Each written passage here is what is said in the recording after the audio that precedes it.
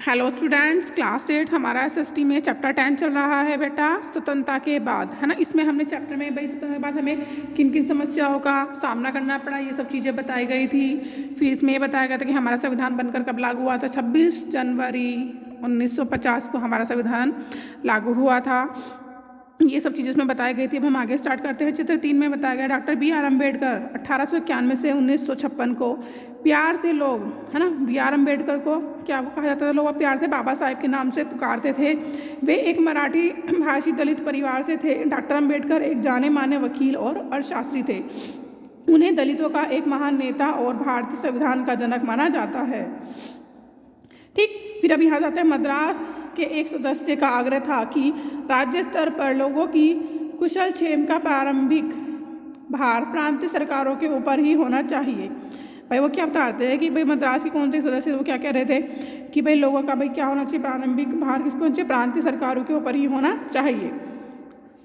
इन मतभेदों को दूर करने के लिए संविधान में विभिन्न विषयों को 3 सूचियों में बांट दिया गया है। भाई वो कौन कौन सी 3 सूचियाँ थी। पहली थी केंद्रीय सूची, राज्य सूची और समवर्ती सूची। केंद्रीय सूची में क्या आता था, कराधान, रक्षा और विदेशी मामलों आदि को रखा गया। केंद्रीय सूची में कराधान, रक्षा और विदेशी मामलों को रखा गया था।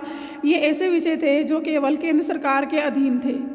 राज्य सूची में शिक्षा और स्वास्थ्य जैसे विषय लिए गए जिनकी जिम्मेदारी मुख्य रूप से राज्य सरकारों के ऊपर थी।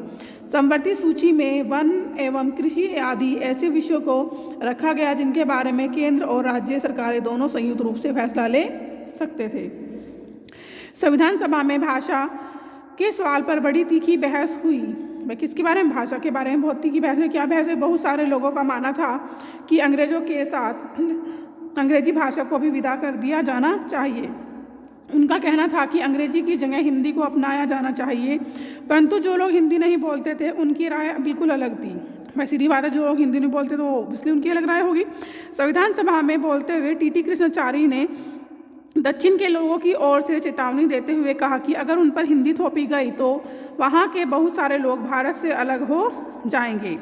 इस विवाद से बचने के लिए आखिरकार बीच का रास्ता निकाल लिया गया। संविधान निर्माताओं ने हिंदी भाषा को राजभाषा का दर्जा दिया, जबकि अदालतों, सेवाओं और विभिन्न राज्यों के बीच संचार आदि के लिए अंग्रेजी के इस्तेमाल का फैसला लिया गया। भाई हिंदी का कौन सा दर्जा दिया, राजभाषा का दिया गया। भाई जो अदालतें हैं, दूसरी सेवाएं है ना, विभिन्न राज्यों के बीच आपस में संचार, मतलब एक दूसरे से बात करने के लिए, है ना, हम कौन सी लैंग्वेज यूज करते हैं, इंग्लिश का यूज कर सकते हैं। संविधान की रचना में बहुत सारे भारतीयों ने योगदान दिया है। संविधान को बनाने में बहुत सारे भारतीयों का योगदान रहा है। इनमें सबसे महत्वपूर्ण योगदान संभवतः किसका रहा, BR अम्बेडकर का था, जो संविधान सभा की प्रारूप समिति के अध्यक्ष थे। संविधान बनाने में जो प्रारूप समिति के अध्यक्ष कौन थे, BR अम्बेडकर थे, और जिनके नेतृत्व में दस्तावेजों को अंतिम रूप दिया गया था। संविधान सभा के सामने अपने आखिरी भाषण में डॉक्टर अम्बेडकर ने कहा कि राजनीतिक लोकतंत्र के साथ साथ आर्थिक और सामाजिक लोकतंत्र भी जरूरी है। यदि लोगों को वोट डालने का अधिकार दे दिया जाता है तो इससे अमीर गरीब या ऊंची और नीची जातियों का फासला अपने आप खत्म हो जाएगा। उन्होंने कहा कि नए संविधान के साथ भारत अंतर्विरोधों को एक नए युग में प्रवेश करने जा रहा है। राजनीति में हमारे पास समानता होगी और बस सीधी बात क्या होगी, समानता होगी। सामाजिक व आर्थिक जीवन में हम असमानता की राह पर चलेंगे। राजनीति में हम एक व्यक्ति, एक वोट और एक मूल्य के सिद्धांत का पालन करेंगे। तो संविधान में भाई क्या, राजनीति में उन्होंने क्या, एक व्यक्ति, एक वोट और एक मूल्य के सिद्धांत का पालन करेंगे। इसके विपरीत अपनी सामाजिक एवं आर्थिक संरचना के फलस्वरूप हम सामाजिक और आर्थिक जीवन में एक व्यक्ति, एक मूल्य के सिद्धांत का क्या करेंगे, निषेध करते रहेंगे। राज्यों का गठन कैसे किया जाए, भाई राज्यों को कैसे भाई एक साथ भाई उनका गठन किया जाए। 1920 के दशक में स्वतंत्रता संघर्ष की मुख्य पार्टी भारतीय राष्ट्रीय कांग्रेस ने आश्वासन दिया था कि जैसे ही देश आज़ाद हो जाएगा प्रत्येक बड़े भाषाई समूह का अपना अलग प्रांत होगा। कि पार्टी ने उन लोगों को आश्वासन दिया कि भाई जहाँ पर, है ना, एक मतलब बहुत ज़्यादा प्रत्येक बड़े भाषाई समूह का, है ना, अलग उसको एक अलग प्रांत बना दिया जाएगा। आज़ादी मिलने के बाद कांग्रेस ने इस आश्वासन को पूरा करने के लिए कोई कदम नहीं उठाया।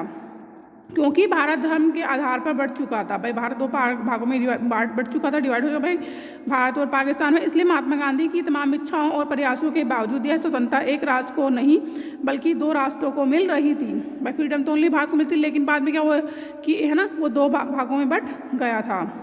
देश विभाजन के फलस्वरूप हिंदुओं और मुसलमानों के बीच हुए भीषण दंगों में 10 लाख से ज़्यादा लोग मारे गए थे। ऐसे में यह चिंता स्वाभाविक थी कि क्या हमारा देश भाषा के आधार पर इस तरह के और बंटवारे झेल सकता था।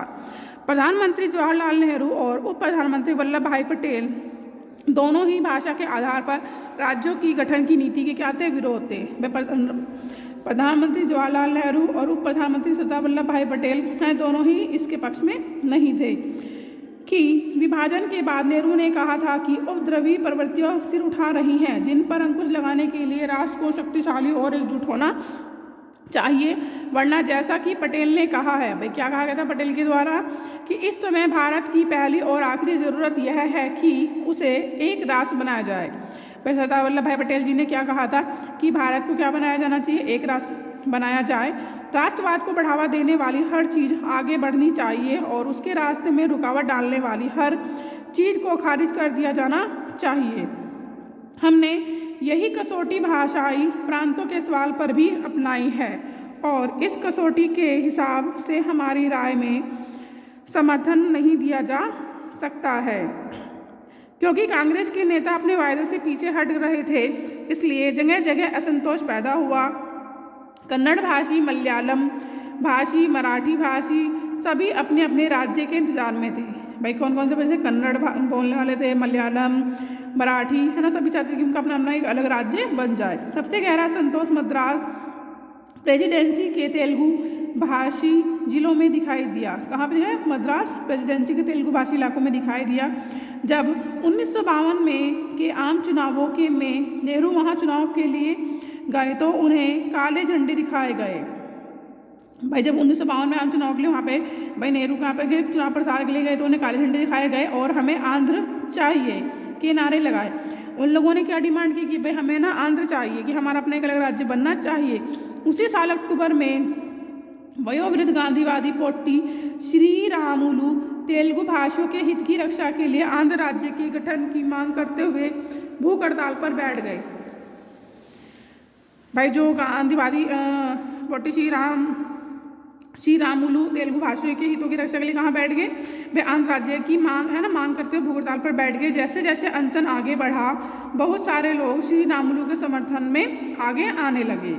जगह जगह लोग हड़ताल करने लगे और जुलूस निकालने लगे। चित्र 4 में पिक्चर दिखाई गई है। गांधीवादी नेता पोट्टी श्री रामुलु है ना, तेलुगु भाषियों के लिए अलग राज्य की मांग करते हुए अनशन पर ही उनकी क्या हो गई थी? मृत्यु हो गई थी। 58 दिन के अनशन के बाद 15 दिसंबर 1952 को पोट्टी श्री रामुलु का देहांत हो गया। जैसा कि एक अखबार ने लिखा था, श्री रामुलु के देहांत की खबर ने पूरे आंध्र को अस्त व्यस्त कर डाला। विरोध इतना व्यापक और गहरा था कि केंद्र सरकार को आखिर में उनकी मांग माननी पड़ी। इस तरह 1 अक्टूबर 1953 को आंध्र के रूप में एक नए राज्य का गठन हुआ, जो बाद में क्या बन गया? आंध्र प्रदेश। तो भाई आंध्र प्रदेश राज्य कब बना था? 1 अक्टूबर 1953 को बना था। आंध्र की स्थापना के बाद अन्य भाषाई समुदाय भी अपने अपने अलग राज्यों की मांग करने लगे।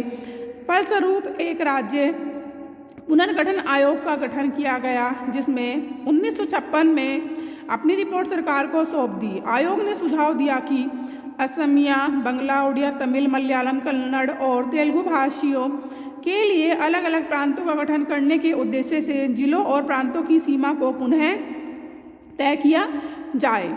उत्तर भारत के विशाल हिंदी भाषी क्षेत्रों को बांटकर कई राज्य बना दिए गए।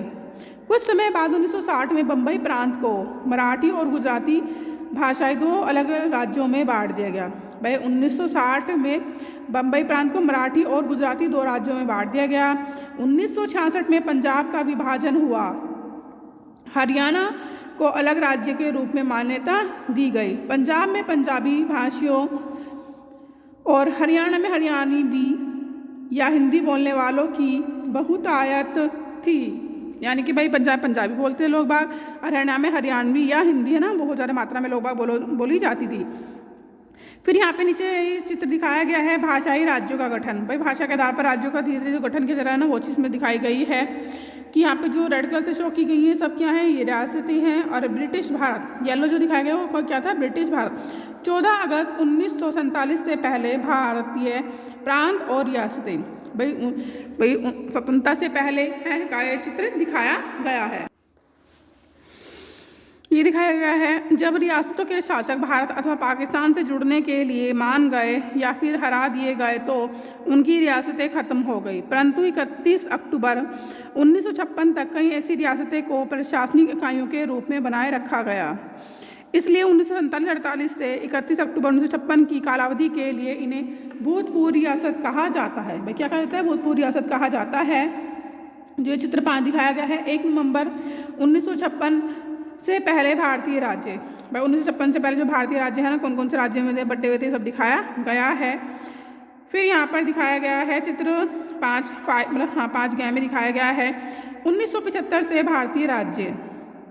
फिर 1975 में जो राज्य है ना बढ़ गए थे वो सब दिखाए गए हैं। आप इसको ध्यान से देख लेंगे बेटा। स्टूडेंट आप इस वीडियो को ध्यानपूर्वक सुन लेंगे और चैप्टर को बेटा पढ़ लेंगे और जहाँ इंपॉर्टेंट डेट्स हैं उन सबको अंडरलाइन कर लेंगे। ठीक है बेटा, बाय, टेक केयर।